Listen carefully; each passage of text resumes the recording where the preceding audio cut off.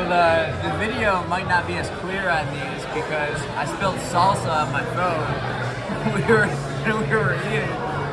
So I was trying to take a photo of the sign earlier. You see that sign? I love the Garcia sign.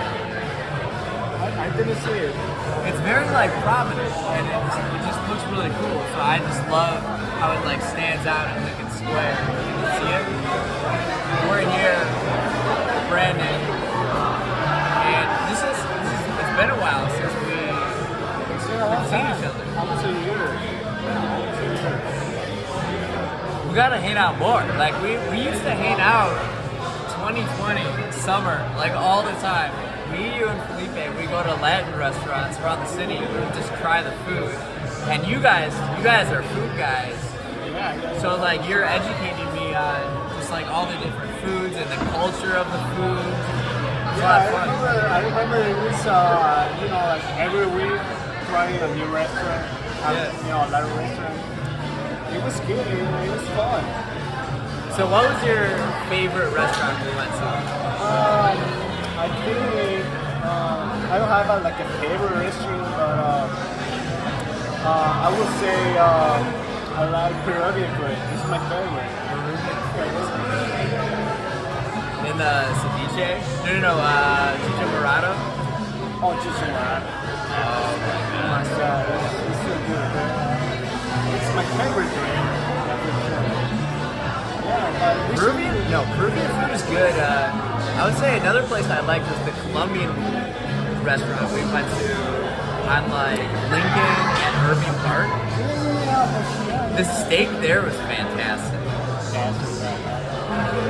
Peruvian steak is pretty good, but like the Colombian steak there was incredible. That was awesome. That's my favorite meal. I mean Colombia, Peruvian. They have this steak. It's really popular. But I think Colombian they have the best steak. Yeah, Colombian steaks. Puerto Rican food is pretty good. Puerto Rican food, yeah, it's really good. Puerto Rican. They have a lot. I mean, Puerto Rican food, has a lot of flavor. It's it's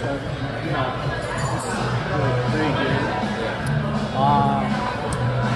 Mexican food is really good as well. But my favorite food, I would go to Peruvian food. I think Peru has got some of the best. They have a lot of beautiful women too. But I once dated this girl. This was like the most beautiful human being I've ever seen. I used to date her back in 2015. Oh my god. She was like the one that got away. She was Peruvian. She was just gorgeous. And so I learned about Peruvian culture a little bit then. The Peruvian food is really good. What was the name of the Puerto Rican place we went on? Fullerton and California It was it was a French name Kimball. Kimball. It was called Kimball. Okay. That place was really good. Peruvian girls. I never met a Peruvian girl before.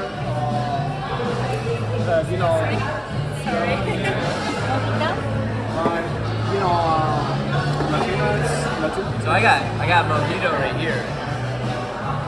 We got some Let's try it out. So you're drinking a Moscow Mule mojito. Alright. It smells a little bit. It's pretty good. You know where I got really into mojitos? Was Spain. I was in Spain. So I was in Spain since 2017 by myself, and I was staying in Madrid, and I met friends with this bartender at the hostel I was staying at, and he was from Ireland, and then he was studying or living there or working there, and he would just make me all these mojitos. And And then when I was in Sevilla, Spain, that's an interesting city. That is like so historic and so neat. I would like walk along the river, the same river where like Christopher Columbus sailed out of to the Americas. And I'm drinking mojitos. It was like a really interesting time.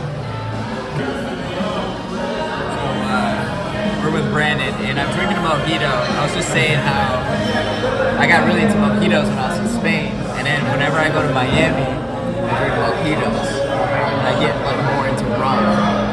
And so I'm drinking one right now. What's a mojito? So like swap out.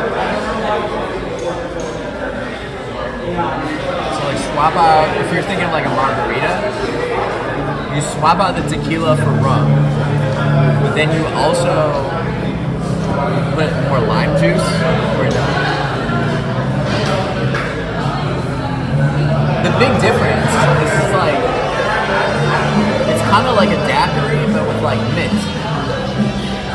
So a daiquiri is rum and lime juice and simple syrup. And then the difference, you put like less simple syrup in, and you muddle mint leaves, so it has this like real brightness to it. You want to try it? No, yeah, for sure. I'll love to. Yeah, try it out.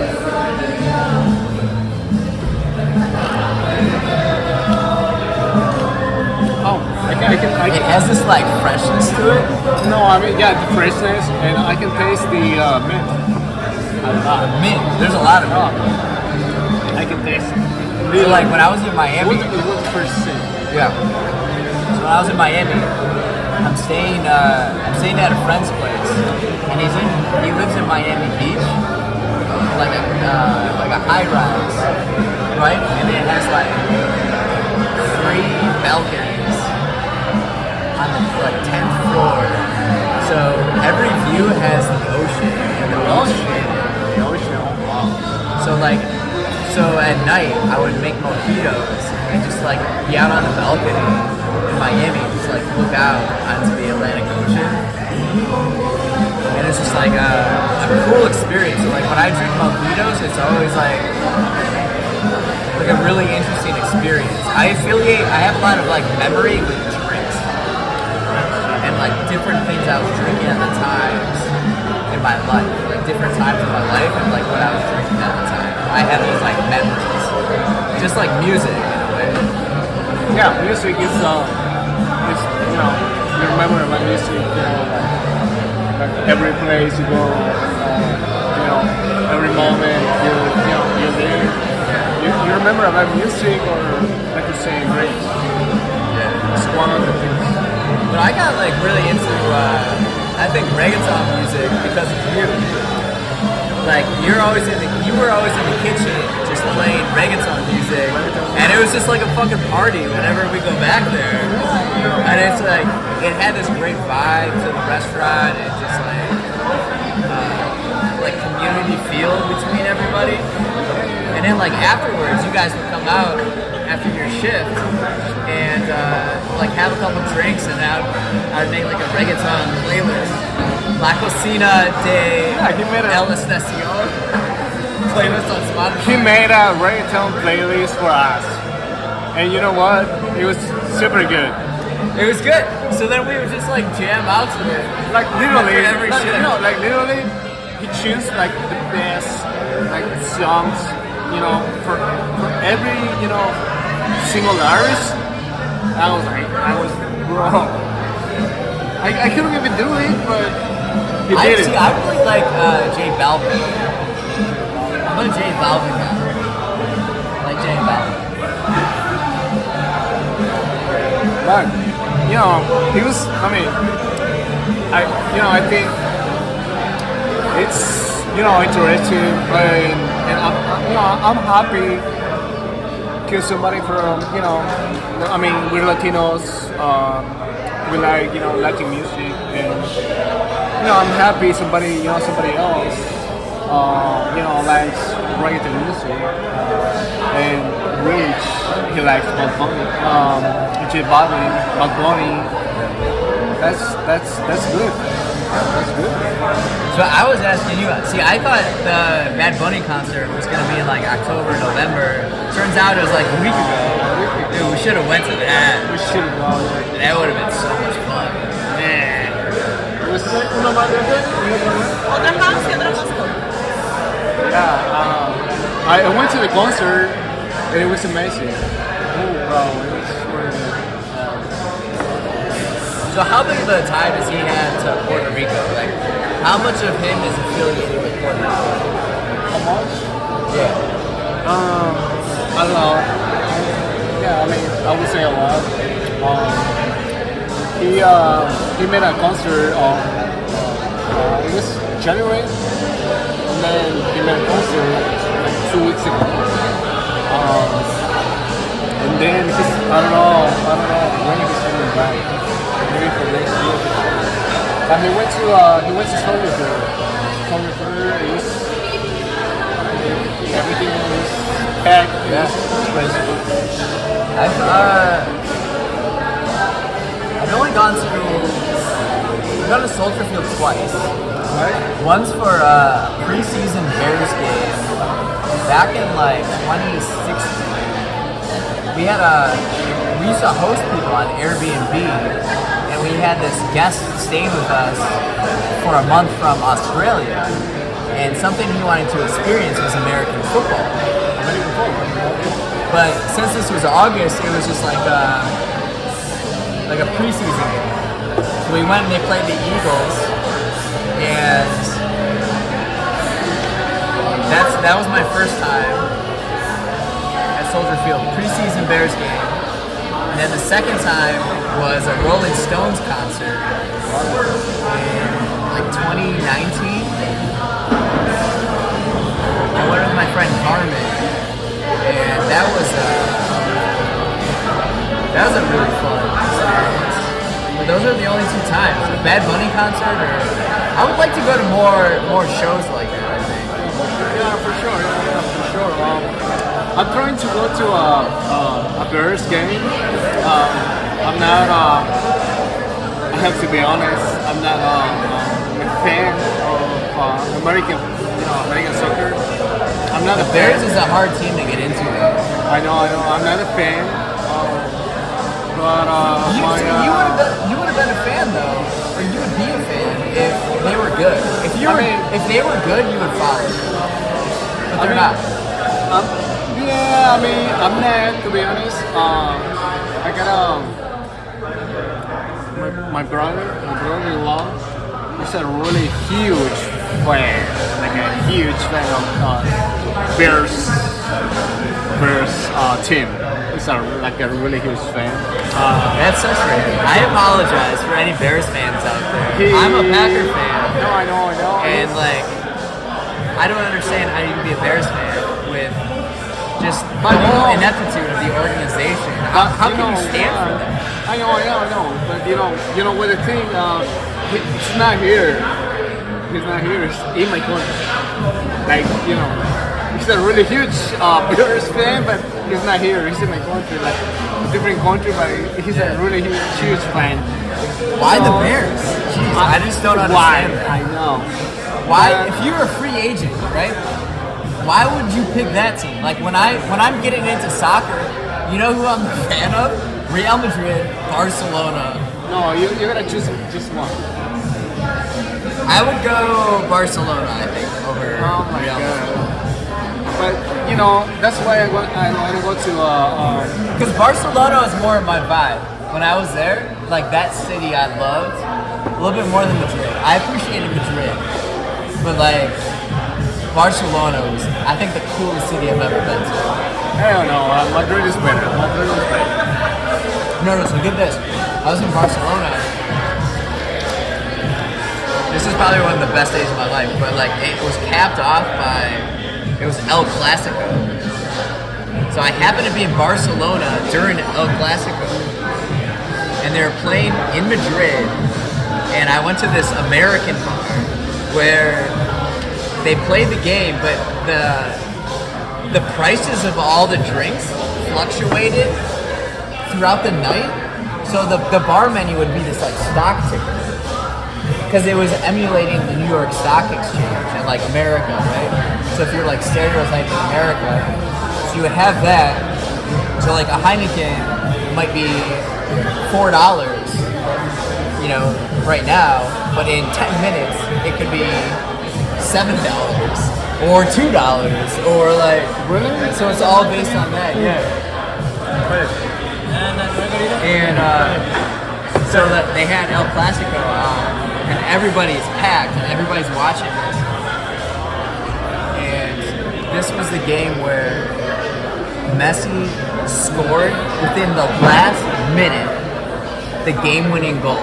What was it now? 2017. Yeah. So it was like everybody went nuts. And then I started walking, I leave the bar, I started walking down the street in Barcelona, and I just hear all this loud noise. So I just gravitate towards it to see what it is. Yeah, you know, I know. And there's this like mob of soccer fans just like partying on the street after Barcelona beat Madrid. And it was like the most insane scene I've been a part of. But you never been in Madrid when, you know, Real Madrid is being champions. Right, so I was in Madrid like a day or two earlier, but I was in Barcelona then. And so like when I was in Madrid, I went to their official store. They have this location on this like really main street. It would be like the equivalent of our Michigan Avenue or like kind of like Times Square in New York. So they have this official store and they have their trophies. So you're seeing like the Champions League trophies, and you're like, oh man, For Real Madrid? Yeah. Oh yeah, it's just last. I mean, So I got Felipe. That's where I got Felipe's Real Madrid hat from. I bought it from that location, that store, Real Madrid. and it got stolen. It got stolen, so he doesn't have it anymore. Right. Where did your Barcelona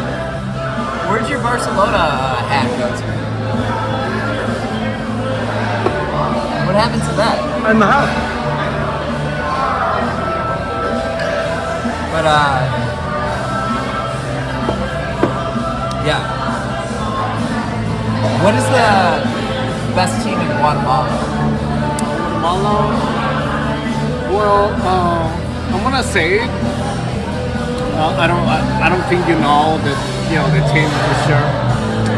It's called Xelajú. Sure. That's what Wait. It's not the best because it just have a lot of trophies, a lot of but for me it's the best. Well, so there's a new guy who works in the kitchen. He's a young cat. He's like 21 years old, Guatemalan. And when I asked him about soccer, that was his team too, that he said. Xelajú? Yeah. Yeah. Yeah, well, I mean, Xelajú is like, it's not like a great team, but maybe, the whole history of the team, they have like 4 or 5 championships. But every championship, every cup, it's like it's like a big celebration. I would say, because it's not like Who do they play against? Do they play other Central American teams or? No, well, I mean, it's the Guatemalan. So it's just in Guatemala. Guatemalan league, yeah. And there's 2 teams. One is called Rojas, and then another one Pumas. And they're the champions all every year because they have a level of money. But Isn't it interesting how all the best soccer clubs in the world all have a lot of money? But once every 5 years or 6 years, another club wins the championship, which is Xelajú. Xelajú has 6 so far. But like I'm saying, the last time Xelajú was champion, it was like 6 years ago. Oh no, I'm sorry, 8 years ago. I was in my country. I live this celebration and everything. Yes. And so far they're competing for the championship. So we have the World Cup coming up this year, right? This year, When is it? it's gonna be on winter here. Qatar. So what December or like January, February? December to February. That's interesting. Which your favorite team for World Cup? United States of America. No, come on. Really? Okay. Who are the best teams in the field? Right now? Yeah. I would say France. France? I heard France too. France, I would say wow. I would say Brazil. Let's go back to France. I have this beef against French people. I've just had bad experiences with French people. They're like so arrogant. No offense to anybody who's like watching or listening or whatever, but like nobody. There's like this pretentiousness or arrogance with French people that their culture is the best culture in the world over everybody. And like yes, it has like France has so much culture and it's such a rich history. And like the culture that they do put out is like really cool. Like I listen to a lot of music that comes out. I've influenced a lot of just artists in general that have come out of France and Paris and that whole scene. But it's like this arrogance that it's better than literally everything anywhere. And it's just like a little frustrating because like I learn about other cultures and I love everything that they do. I don't feel like any particular culture in the world is better than any other. And that's the vibe I get from French people. And a lot of my bad experiences within, especially like the last year, have been with French people. I don't know. Just correlation. Bro, I mean, you can find like, you know, I would say like hard people. You can find those people like everywhere, like French, everywhere. See, you said one country, and then you said everywhere. What other countries are as pretentious as France? Everywhere, like everywhere. Specifically, what countries? The people of those cultures and countries. The whole world. See, but that's what I'm saying. It's like you have to think of a specific country or experiences you've had with people of this culture. Would they be as bad as like interactions with French culture? French people? You know, I cannot say like a specific culture, you know, a specific country. Like, you know, you can find, you know, like bad people everywhere.